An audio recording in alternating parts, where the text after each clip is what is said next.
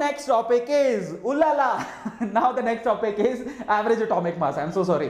So मैंने सोचा कि आप लोगों को थोड़ा सा लेक्चर में हंसा दिया जाए ताकि ये एकदम मस्त मजे से हंसो और टॉपिक का somebody is dancing right now as well. Nupur यहाँ पर इमोजी सेंड कर रही है. So finally the next topic. Now we are going to the next topic and that is concept of average atomic mass. Yo buddy, are you ready? Average atomic mass कैसे निकालते हैं? तो सबसे पहले तो हम लोग उसका लॉजिक समझते हैं और एवरेज एटॉमिक मास का फिर आपको डेफिनेशन बताऊंगा. या मजा आया ना देख के, है ना? या he is enjoying and you have to enjoy with him. Who is he? We don't know. Brilliant. चलो, सो हमारा अब है एवरेज एटॉमिक मास. सीन क्या है? देखो, concept of average atomic mass. पहले तो हम लोग कॉन्सेप्ट समझेंगे. कॉन्सेप्ट समझने के बाद मैं आपको डेफिनेशन बताऊंगा. डेफिनेशन बताने के बाद मैं आपको क्या बताऊंगा? इसके क्वेश्चन कराऊंगा जिससे आपको समझ में आ जाएगा. चलो शुरू करते हैं. और फाइनली अगर आपको समझ में आ गए तो सब लोग अपनी टेबल पे खड़े होके ऐसे ही डांस करना है, इजंट इट? ऐसे ही. चलो चलो. सो अब पहले लॉजिक समझते हैं. एवरेज एटॉमिक मास का लॉजिक क्या होता है? सबसे पहले तो एवरेज एटॉमिक मास, बेटा एवरेज एटॉमिक मास लगता है ऐसे एटम के ऊपर जिनके आइसोटॉप्स प्रेजेंट होते हैं. इस चीज को ध्यान रखना.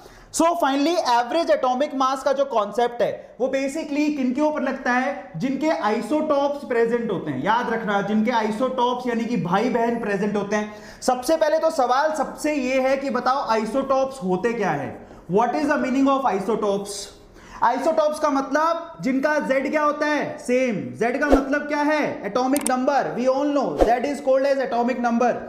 ऐसे स्पीसीज जिनके एटॉमिक नंबर सेम होता है लेकिन मास नंबर डिफरेंट होता है उनको हम लोग आइसोटॉप कहते हैं. यानी कि A की वैल्यू क्या होती है? डिफरेंट. ठीक है, सो ये आपको पता ही है. सो इसको हम लोग क्या बोलते हैं? आइसोटॉप. बहुत बच्चों को पता है ये बात, बहुत बढ़िया. अब ना एवरेज एटॉमिक मास वाला कॉन्सेप्ट लगता था आइसोटॉप पे, लगता था. शुरू में ज्यादातर एटम के आइसोटॉप अवेलेबल नहीं थे. तब हम मास कैसे निकालते थे जरा चेक करो. जैसे कि यहां पर कार्बन एटम की बात करते हैं. सो ये जो कार्बन एटम है ना, इनिशियली उसके आइसोटॉप प्रेजेंट नहीं थे. जब थे तो कैसे निकालेंगे तो मैं बताता हूं. तो जब नहीं थे तब ये अकेला था, और जब ये अकेला था तो उसका एक्चुअल में ओवरऑल सिंबॉलिक रिप्रेजेंटेशन क्या था? C12. ध्यान से समझना, कार्बन के ऊपर 12 लगा रहता था. 12 मतलब उसका ये मास होता था जिसको हम लोग क्या बोलते थे? Atomic mass. सबको पता है कार्बन का एटॉमिक मास 12 लेते हैं. कैसे लेते हैं? रीजन क्या है? क्यों? क्योंकि ये उस केस में, आप लोग ध्यान से समझिएगा, उस केस में हम लोग एटॉमिक मास कैसे निकालते थे? Look at it. सबको यह मालूम होना चाहिए कि किसी भी एटम में प्रोटॉन का रिलेटिव मास 1 होता है, न्यूट्रॉन का रिलेटिव मास 1 होता है, लेकिन इलेक्ट्रॉन का रिलेटिव मास 0 होता है. ये तो जानते हो, मैंने बहुत बार पढ़ाया है. किस किस को पता है? किसी भी एटम में प्रोटॉन का रिलेटिव मास कितना होता है? 1. न्यूट्रॉन का रिलेटिव मास कितना होता है? 1. लेकिन इलेक्ट्रॉन का रिलेटिव मास कितना होता है? 0. इसीलिए किसी भी केमिकल रिएक्शन में अगर आप इलेक्ट्रॉन को निकाल भी दो तो मास में फर्क नहीं पड़ता. मैं आपसे एक सवाल पूछता हूं, सब लोग ध्यान से देखो. बताओ कि Na का एटॉमिक मास कितना? तुरंत बोलोगे 23. Na का एटॉमिक मास कितना? तुरंत बोलोगे आप 23. और अगर मैं बोलूं कि यहां पर बताओ Na प्लस का एटॉमिक मास कितना? Na प्लस का मास कितना? अब मैंने एक इलेक्ट्रॉन निकाल दिया. Na प्लस कैसे बना? Na प्लस कैसे बना? क्योंकि मैंने एक इलेक्ट्रॉन निकाल दिया. तब भी आप क्या बोलोगे? 23. क्यों? ऐसा क्यों? आपने तो इलेक्ट्रॉन निकाल लिया, फिर आपने मास क्यों नहीं घटाया? क्योंकि इलेक्ट्रॉन का रिलेटिव मास केमिस्ट्री में 0 होता है. कैसे होता है? मैं स्ट्रक्चर ऑफ एटम में बहुत बार बता चुका हूं. नहीं है तो हम लोग अगली बार ये चैप्टर करने वाले हैं, so don't worry about it. So आप लोग सब याद कर लो इस चीज को, ब्लंटली याद करो इस चीज को कि भैया प्रोटॉन और न्यूट्रॉन का रिलेटिव मास 1 होता है, लेकिन इलेक्ट्रॉन का रिलेटिव मास 0 होता है. इसको मैंने कई बच्चों को ऐसे भी याद कराता हूं. मान लो आप नहाने गए, ठीक है, सुबह सुबह नहाते तो होगे, गर्मियों के दिन है, नहाते हैं सब लोग. कौन कौन नहाता है? ईमानदारी से बताओ मुझे, कौन कौन नहाता है इधर? यस, गर्मियों में तो कम से कम नहाते होगे. अब जब नहाते हो आप तो आपके बाल गिरते होंगे, सही है? तो आप ये बात बताओ, आप नहाने से पहले मान लो अपना वेट करके गए 70 किलो. जब आप नहा के बाहर आए तो आपके बाल गिरे, मान लो पूरे ये विगी गिर गई आपकी, मान लेते हैं. तो उस केस में ऐसा थोड़ी हो जाता है, मतलब जो बाल गिरते हैं आपके, उस केस में ऐसा थोड़ी होता है कि आपका जो बाहर आए तो आपका वेट घट गया पूरी तरह से, 70 से 60 ही रह गया. ऐसे ही इलेक्ट्रॉन का केस भी है। इलेक्ट्रॉन जब भी किसी एटम से बाहर निकलते हैं तो बेसिकली एटम के मास पे नेग्लिजिबल फर्क पड़ता है, ना के बराबर। ऐसी जैसे हमारे बाल झड़ते हैं वैसे वहां से इलेक्ट्रॉन झड़ते हैं। समझ में आ गया क्या? क्लियर है? इलेक्ट्रॉन के एटम से बाहर निकलने से कुछ फर्क नहीं पड़ता। जैसे हम नहाते हैं और हमारे बाल झड़ते हैं तो हमारे मास पे कुछ फर्क नहीं पड़ता। सेम लॉजिक लगता है वहां पे। सबको समझ में आ गया? बहुत ही बढ़िया। तो अब चलते हैं आगे। भैया सिंपल सी बात हो गई हमारे यहां पर, तो उस केस में मतलब समझो। मतलब यह कि केमिकल रिएक्शन में कभी भी प्रोटॉन और न्यूट्रॉन, नॉर्मल केमिकल रिएक्शन में प्रोटॉन और न्यूट्रॉन पार्टिसिपेट नहीं करते। इसका मतलब पूरे एटम में से प्रोटॉन और न्यूट्रॉन का ही क्या होता है? मास। और वो हमें दिख भी रहा है, प्रोटॉन और न्यूट्रॉन का मास 1 होता है, इलेक्ट्रॉन का तो 0 होता है। तो हम लोग ये कह सकते हैं ना कि अगर आपको किसी एटम का मास निकालना है तो आप उसके प्रोटॉन निकाल लो कितने हैं, न्यूट्रॉन निकाल लो कितनी, आपको मास पता लग जाएगा। कार्बन के अंदर प्रोटॉन होते हैं 6, न्यूट्रॉन होते हैं 6। किसकी बात कर रहा हूं? C12 में। तो मैं इसको हटा रहा हूं, जरा चेक करिएगा भैया, बहुत इंपॉर्टेंट है। Look at it. अब यहां से आपको चीजें समझ में आने लगेंगी। इसको थोड़ा ऊपर ले लेते हैं। तो अब जरा ध्यान से देखो, कार्बन 12 की बात कर रहा हूं। अगर इसमें मैं प्रोटॉन पूछूं तो आप तुरंत कहोगे 6। क्यों? क्योंकि proton is equal to Z, number of proton is equal to Z। जो एटॉमिक नंबर होता है वही नंबर ऑफ प्रोटॉन भी होता है। 10वीं क्लास में पढ़े हो बेटा। अब इसको मत बोलना कि हमें पता नहीं है, पता होना चाहिए। ठीक है, प्रोटॉन पता लग गए। न्यूट्रॉन कैसे निकालोगे? That is A minus Z। Now this is A, this is Z। तो क्या करना है? 12 में से 6 घटा दो, कितने बचे? 6। तो कार्बन के पास प्रोटॉन 6 हैं, न्यूट्रॉन 6 हैं, इसलिए हम बोलते हैं 6 प्लस 6 कितने हो गए? 12।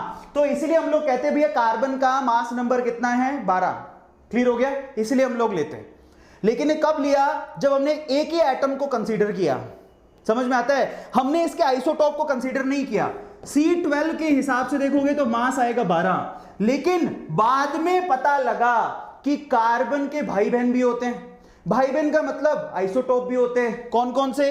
C14 भी होता है, C13 भी होता है मेरे प्यारे बच्चों। समझ में आ गया? C13 14 में मास चेंज हो गया। मास चेंज हुआ मतलब न्यूट्रॉन चेंज हो गए, तो इस हिसाब से तो मास अलग होना चाहिए। इसीलिए हम लोग एवरेज एटॉमिक मास निकालते हैं। लॉजिक समझो। एवरेज एटॉमिक मास कब निकाला जाता है? जब भाई बहन हो प्रेजेंट, जब आइसोटोप प्रेजेंट हो। अब मैं आपको ध्यान से समझाता हूं।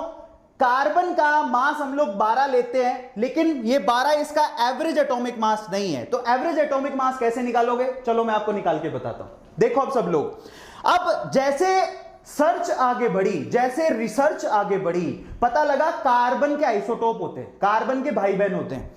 अब मजे की बात यह थी कि साइंटिस्ट लोगों ने दिमाग लगाया। दिमाग क्या लगाया? उन्होंने पता किया कि भैया यार कार्बन 12, बिल्कुल सही, कार्बन का एक आइसोटोप है C12। वो नेचर में कितना प्रेजेंट है? 99%। उन्होंने नेचर में उसकी अबेंडेंस भी पता की कि कार्बन 12 है, लेकिन नेचर में कितना है? 99%। कार्बन 13 भी प्रेजेंट है, लेकिन नेचर में कितना है? ओनली 1%। जरा ध्यान से देखो, कार्बन 12 99% नेचर में प्रेजेंट है, कार्बन 13 1% नेचर में प्रेजेंट है। उन्होंने नेचुरल उनकी अबेंडेंस चेक करी, उन्होंने इसको भी कंसीडर किया। और अब अगर आपको एवरेज एटॉमिक मास निकालना है तो आपको हमेशा उस एटम की अबेंडेंस नेचुरली चेक करनी पड़ेगी। वो डेटा आपको क्वेश्चन में गिवन होता है। That is experimental, so don't worry about it. So finally यहां पर पता लगे कार्बन तो 2 है, कार्बन 12 और कार्बन 13। कार्बन 12 का मास 12 होता है, कार्बन 13 का मास 13 होता है। लेकिन मजे की बात, कार्बन 12 99% है और कार्बन 13 तो 1% है। तो इस केस में एवरेज एटॉमिक मास निकालना पड़ेगा।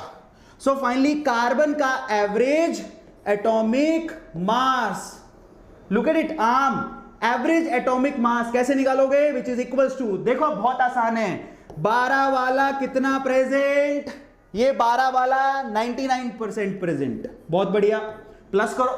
12 वाला 99% प्रेजेंट, 13 वाला कितना प्रेजेंट? 1%। डिवाइडेड बाय क्या करोगे?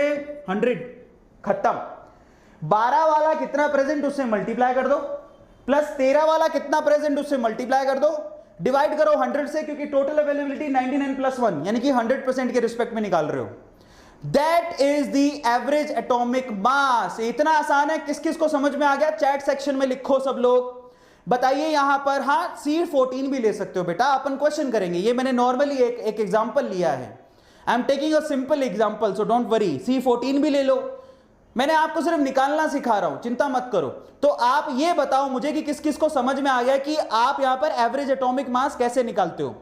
ठीक है, जिसको समझ में नहीं आया वो नो लिखना, जिसको समझ में आ गया वो यस लिखना। अपन क्वेश्चन करेंगे इसके ऊपर, ठीक है। बहुत ही बढ़िया, बहुत ही बढ़िया, बहुत बढ़िया, बहुत आसान है, कुछ नहीं है, बच्चों के जैसा खेल है, ठीक है। ऐसे ही जैसे डॉक्टर बोलते हैं ना इंजेक्शन है, कुछ नहीं कुछ नहीं, दर्द नहीं होगा, दर्द नहीं होगा। तो देखो इस तरह से निकाला जाता है। देखो हमने सिर्फ एग्जांपल लिया है, आप C14 भी ले सकते हो अगर डेटा में गिवन है तो हमने सिर्फ एग्जांपल लिया। देखो C12 C13 प्रेजेंट है, 12 कितना प्रेजेंट है 99%, तो आप इसको 99/100 भी लिख सकते हो, कोई बड़ी बात नहीं, आंसर वही आएगा।